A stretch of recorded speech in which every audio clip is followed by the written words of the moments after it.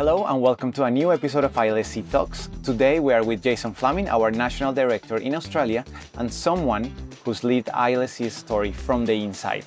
We are talking about stories that not many people hear, and today we're going to dive into the very beginning of ILSC, what the ILSC means, how we shaped the culture, the people behind it, how we've expanded to many countries around the world, and of course, what's next for ILSC. Stay with us because today we're going to talk a lot about those stories that are very engaging and worth listening or watching if you are watching this on YouTube. Hello, Jason, how are you? Hey, JC, how's it going? Boy, that's a tall order that you gave me. Hopefully I'll be able to entertain and give some information about this. Yeah. I mean, Jason usually is in Australia, but this time he's visiting us here in Montreal. Yeah. So happy to see you in Canada. Yeah. I guess this is where you started, where all your story at ILSC started. And that's where I want to start. Like, how many years have you been with us? What was your first position, and then what are you doing right now? Yeah, great. So kind of sitting here at ILSC Montreal, looking out over Mount Royal. Yeah, this is a great view. Beautiful view. This is just amazing. Yeah, being back in the city where it all started for me. So I am Canadian, originally from just outside of Toronto, but I did start here in 2001. So it's been over 20 years in total that I've been with ILSC, and I started as an English teacher those many years ago, and began, I think, working 2 or 3 days a week as a part-time English communication teacher when I was 23, something like that. I'm revealing my age a bit when I say that, but that's okay. I mean, did you ever think about like, oh, one day I want to be like in Australia, doing all the things that we're going to do today that you have done? Yeah. But also, like, did you ever think about it, or it was just? Yeah, that's an interesting question. I don't think I had deep inside me these ambitions to do this and to do that and to go here and to go there. But what happened to me was really opportunity. And I guess that we'll get into more, but that's what ILSC is about, should be about, transformation. So being able to work across 5 of the 9 campuses around the world has been, the thrill of my life. Amazing. It's been great. Let's talk about the founders and those first days of ILSC. Do you know Paul? Yeah, very well. Very well. Tell us a bit, who are they? Yeah. So the founder, Paul Ziesman, an amazing man, I guess, the man that gave me a lot of those early opportunities when I was first starting out. He founded the college in 1991 in Vancouver, Canada. So Paul has always been a world traveler. How did you meet him? Like, what was that first impression? It was actually here, not at this campus. It was at the old campus on St. Catherine Street. Not many people would have recognized or remembered that. Yeah. But I remember meeting him for the first time, and I think he came in, and I think I remember just getting a big bear hug before I could even say my name. I think that was my first experience with him, kind of listening to him talk about the school. He would often talk about, the foundation, the mission, the roots of the college he started. What was it? Yeah. Point. So in 91, when he opened the school, like I said, has been a world traveler, experiencing different things, different cultures, people, really getting to know the communities that he lived and worked and traveled in, and wanting to give that experience to international students in Canada. I think he would often, talk about how when international people come to Canada, they might not integrate or experience the local community as much as others would. So wanting to get students really into the community, volunteering, connecting with locals, being able to live the language in a real way, as opposed to just a classroom experience that's disconnected from the actual city and the community. So very much community-based, community-oriented, and giving back to the local community. That's the DNA. Now that you go back to 1991, I can see that that's still on, and it's very current, and that's what we are always encouraging students to live the experience. Not only to be part of their communities, but to go outside and learn French, learn English, and be part of those Yeah, but let's be honest. Schools, there's lots of schools to choose from. There's lots of ways to learn language. You actually don't even need to leave your home country to learn language, especially now with digital technologies and transformation. So what's the point of it all? And I think it goes back to the roots of the company, which is a people-centeredness, right? The connecting of people. As great as technology is, and as much as we embrace it, that human connection of person to person, right? I mean, That's what's transformative. I remember when I studied English, I mean, if I open my phone today, I can have people everywhere in the world.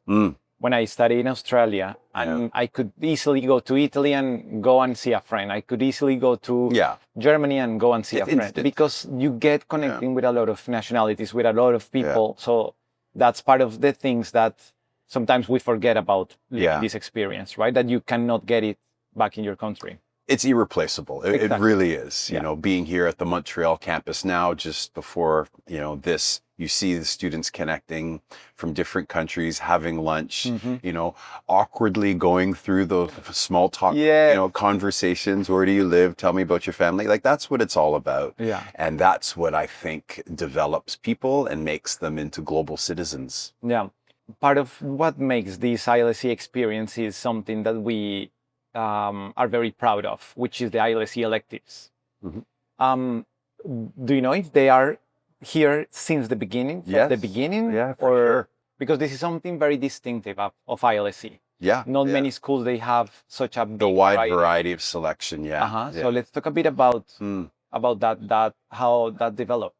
Yeah, well, I think, as I mentioned, ILSC has always been very good at people-centeredness, not just student-centeredness, but people-centeredness. So what that means is really tapping into the interests, to the passions of staff and teachers that work here. So as a teacher, I remember being able to co-create curriculum with my students. I love music, right? And so I would do English through music electives, very informal. But being able to take a passion that I have, getting approval from, the supervisors, the academic managers, to do stuff like that. So that was very organic. It was always encouraged. In fact, we have a very popular elective, sometimes a core, but often an elective called English Through. So English through Montreal, English through Sydney, English through Melbourne. Through yoga.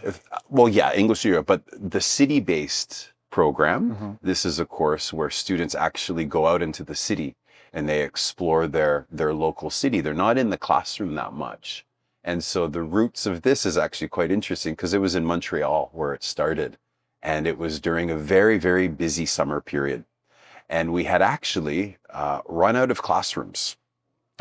We had grown so much. Oh my God. And there was really no more room for our students to physically be in the school. So I remember it was probably a couple teachers, Nadine, the director at the time, we got together and how are we going to manage this? And I think collectively it was a concept of, what if the city was the classroom? What if we took students to, say, the museums in old Montreals, and then that's how it started. That's how it started. Then another teacher would be like, yeah, I love history. I can do a great syllabus on the history of Montreal. And so that was the kernel of this very popular course that has now rolled out across all 9 campuses, English through the city. So, that was just an amazing experience to be part of, and to see it, over 20 years later, being popular, it's great. Now that we're talking about the locations, so the first location was Vancouver. Vancouver, yeah. After Vancouver, then Toronto, then Montreal? Yep, that's right, yeah. And then what happens after? Because now we are in Australia, and how was that jump to just okay, let's keep growing? Yeah, so it was a Canadian school, hence International Language Schools of Canada. One moment here. Exactly. That's what I was going to say, the acronym. So the acronym. For many people that they don't know, ILSC. Yeah. International Language Schools of Canada. There you go. There you go. Now we can keep going. It's often asked. You'd be surprised. I take it for granted that people know the acronym. and then they start and they may be working for a couple months and they're like, oh, what does it mean actually? I'm like, Exactly. Right. it's Australia, it's India, it will be other locations in the future. So that acronym, it has, I think, deep roots and deep connection to Canada, but it should be seen as a global brand, and I think that's what it is now. How was the jump outside Canada? India became part of the ILSC network. That was around 2007, 2008, and that was actually one of my first experiences going abroad for the company, was to be in India. So this was a collaboration with the Canadian government, with CETA, the Canadian International Development Agency, and ILSC, creating a fund, a partnership to start the school in New Delhi. So that was the roots of how the school in New Delhi opened up. I went there shortly after, in 2008, around 2008, and spent about 3.5 years there as the director. So that was the first major, I guess, foray into an international location.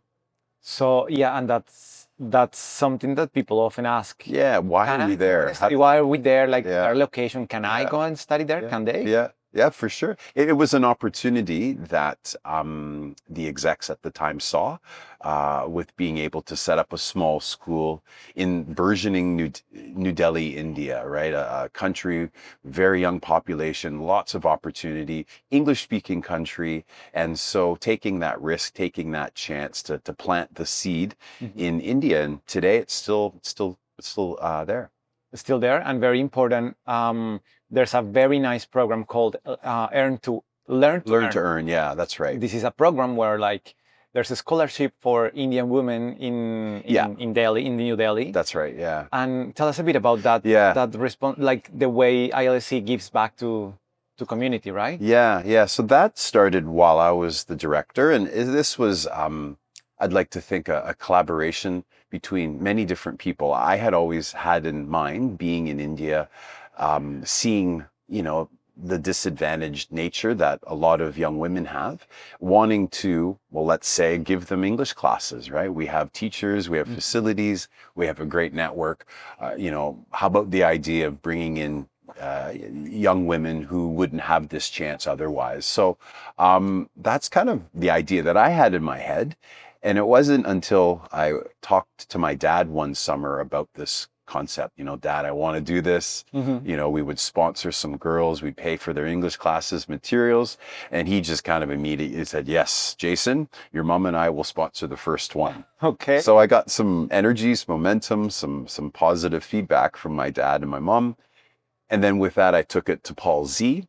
And of course, he jumped on it. And the rest of the organization also really embraced this idea, because it really speaks to our roots of giving back to the community, of bringing the community in and having a transformative experience. So it's been, 20 years that program has been running? Yeah. And countless numbers of young women have gone through the program, learned English. Yeah. Some have gone on to work at the college and also used that as a springboard to find employment elsewhere in New Delhi. That's great. And throughout all the other activities that are held across campuses, like worldwide, and there's also something that we try to achieve and to give back, right? That's important. And whether it's the Learn to Earn program or CSR, asking, why did Paul Z start the program? That was a big element for him, is being able to give volunteering opportunities to international students at all of the locations. As an international person in Canada and Australia, wherever, how can you actually go and live that volunteer experience, say in Toronto? It's very intimidating to be able to do that. Yeah. But the programs, the activity coordinators have been able to really facilitate those types of opportunities. So I think that's quite unique about the school as well. Okay, so let's keep going. Now, Australia. Yes. How did we land in Australia? Yes, that's a great question as well. So this was, probably 2009, when an opportunity presented itself to ILSC in Canada. So remember, at that time, we were in India. We had a small school there. That's where I was. And 2009, 2010, the opportunity was ripe. There was a school, an existing school for sale, Brisbane and Sydney location. So already had staff, it had curriculum, it had culture, it had a lot. It was a very established. Needed to have like the ILSC Well, signature, something. yeah, Right? definitely. It needed something to kind of get its next leg, right? And so that was the opportunity that ILSC saw and we took. And it has been an amazing acquisition, I guess, for me personally, because my life is now in Australia, 13 years So you there. were, how long were you living in India? Yeah, so it was 3.5 years in India. And then moved to Australia? Not quite. I had a short stop in Vancouver, being able to see Cool off. well, the cool off, yeah. To see the original location, to make connections with people in Vancouver that I still, value and use today. And then from Vancouver, the opportunity for me quickly happened in Sydney. So I then moved to Sydney to become That was the first location. That was the Sydney? first one for me. Sydney, yeah. Brisbane. Correct, yeah. Then after Sydney, Brisbane, I guess it naturally comes Melbourne, then Adelaide, then Perth. Like, Yep. I mean, because we are in the Yeah, 5 locations there. Yeah. So, like Australia, in 2010, it had its challenges on the international education front.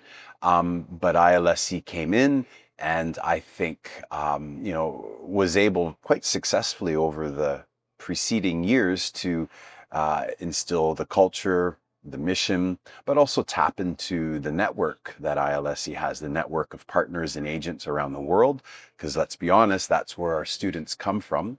And I think that has made a massive difference, obviously, to be able to promote our locations, but also Australia benefiting from the brain power that we have in Canada, whether it's sales and marketing, IT. There was also an expansion here in Canada. Then you sort of bring that to Australia, Exactly. also with the culture, with all of the things that makes ILSC unique.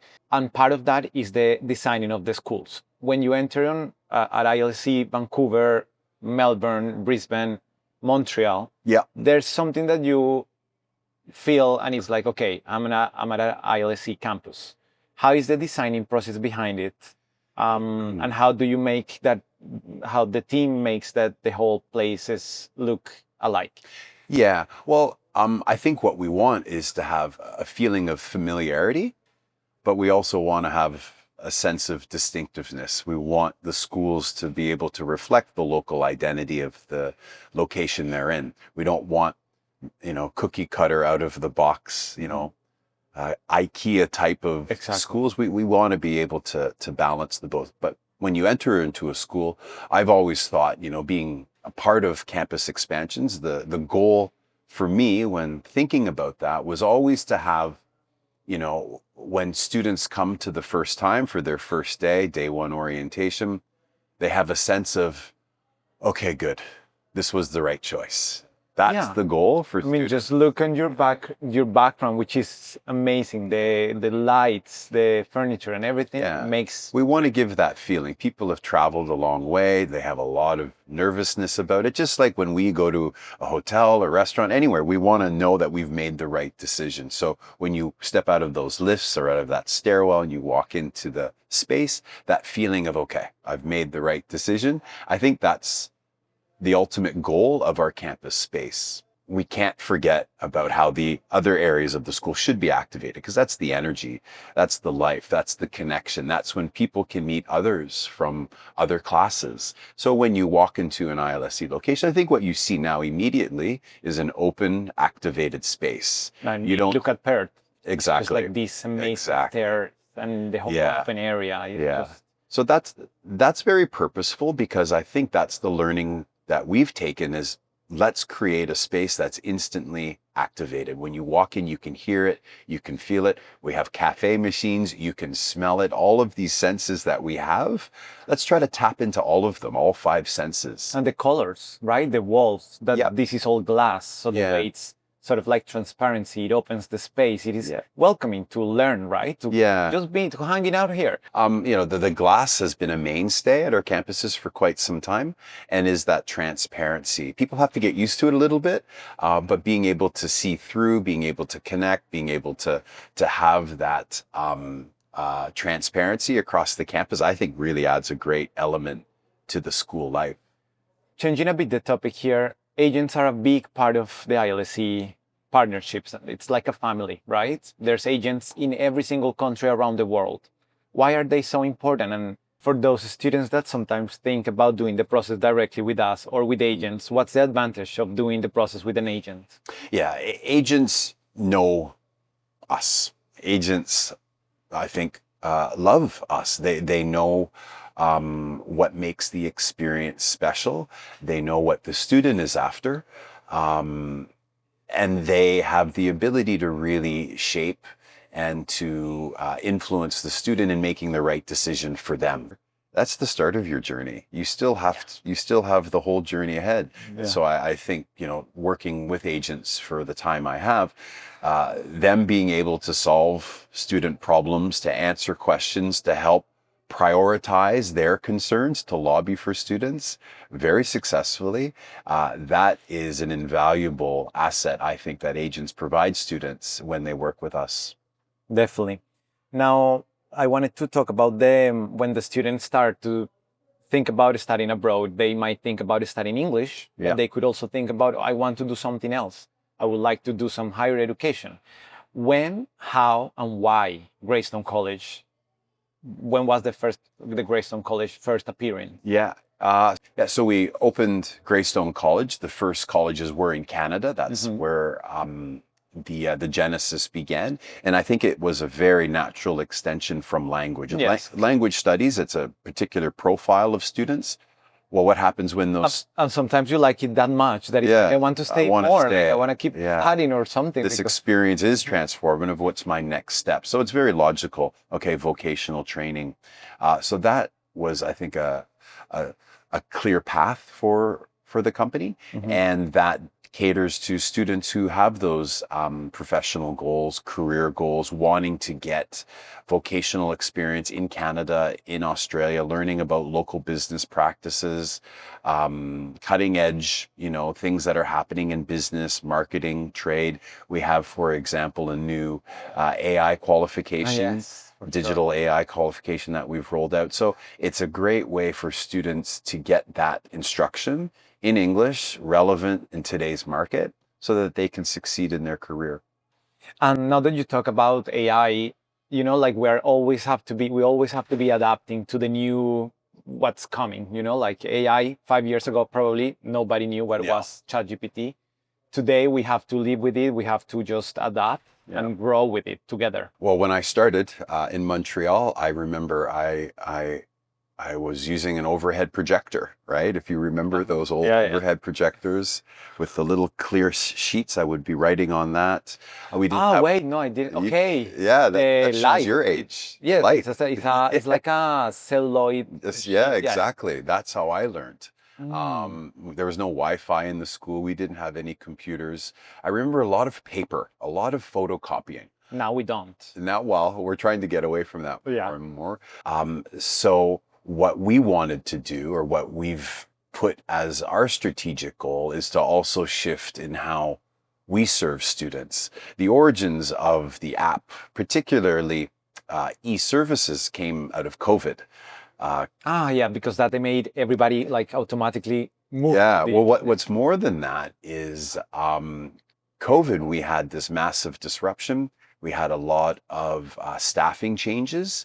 And so we had basically all of these ongoing requests from students. Remember, we still had lots of students at the schools. Requests were coming in, class changes, homestay changes. I don't even want to remember all of that because it's just like so chaotic. Yeah, but there were fewer people to attend to these requests, and it was all done paper-based, by email, by talking to someone. So we needed to find a way. Okay, students have a phone, they have an app. Let's create a digital interface for them to lodge these requests. So that's where the first foray into digital services came from. Where that's students, My ILSC. Yeah, My ILSC app. But within the app, when they want to change a class, when they want to get a document for their employer, they can do it on their phone. What we've done now most recently is live chat. So as an international student, how many questions do you have about your course, about your accommodation, your future, you're sick, right? How do you manage this? Well, traditionally, you would wait in line to talk to an advisor and get that information.